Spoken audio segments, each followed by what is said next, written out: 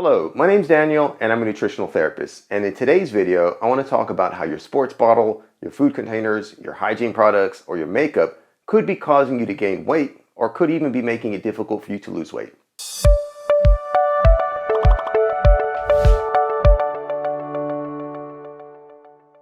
Okay, so you might be thinking, how can my sports bottle or makeup cause me to gain weight? Well, if it's made with Bisphenol A or BPA, then there is some evidence that it could.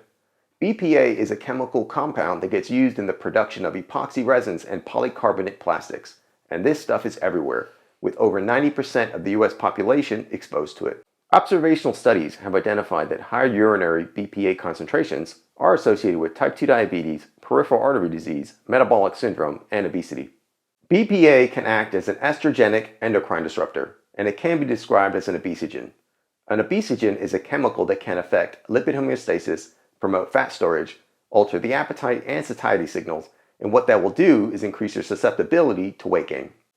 BPA interacts with nuclear receptors, estrogen receptors, glucocorticoid receptors, and thyroid receptors, and these interactions can promote adipocyte differentiation, resulting in lipid accumulation. BPA can also reduce fat cell insulin sensitivity and also promote inflammation. Luckily, our bodies are able to eliminate it through phase 2 detoxification by glucuronidation, where it has roughly a 5 to 6 hour half-life.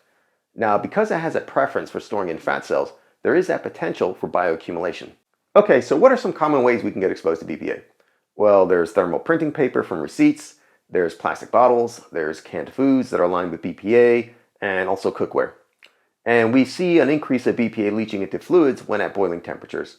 And that can be as high as 55 times greater with boiling liquid. We also see increased leaching with repeated use of the same container. So what can we do about it? For starters, let's think about our routes of elimination.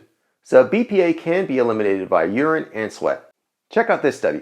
It's only an observational study and it's relatively small, but of the 20 subjects, 16 of them had BPA present in their sweat, even when it wasn't present in their urine or blood samples, which suggests that sweating is a pretty good area to target when we want to focus on BPA elimination.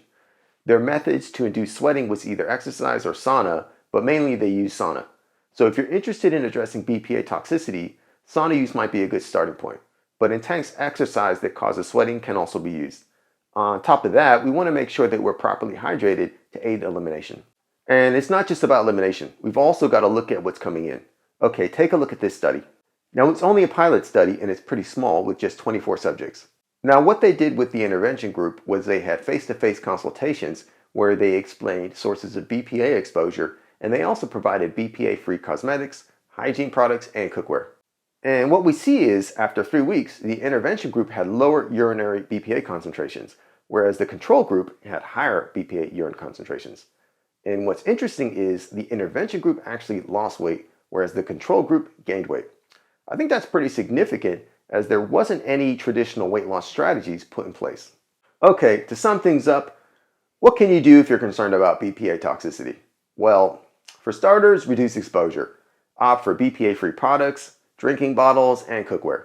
Make sure you're adequately hydrated, and you can also look into using the sauna as well as regular exercise where you get a good sweat going. Well, that's it for me. If you enjoyed the video, hit the like button, make sure to subscribe. And if you have any questions or would like to see me cover any specific topics, drop a comment below. I'll see you next time.